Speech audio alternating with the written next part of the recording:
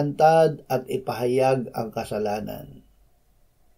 Siyang nagtatakip ng kanyang mga pagsuway ay hindi sasagana, ngunit ang nagpapahayag at tumatalikod sa mga iyon ay magtatamo ng awa. Kawikaan 28:13.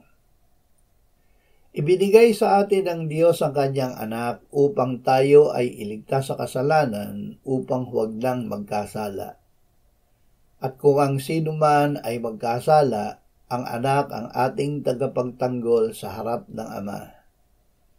Kung magkasala, ipahayag natin dito agad sa Diyos. Ang Diyos ay tapat at banal. Patatawarin niya ang ating kasalanan at lilinisin niya tayo sa lahat ng kalikuan.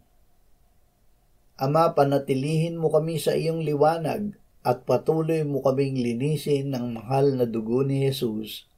Amen.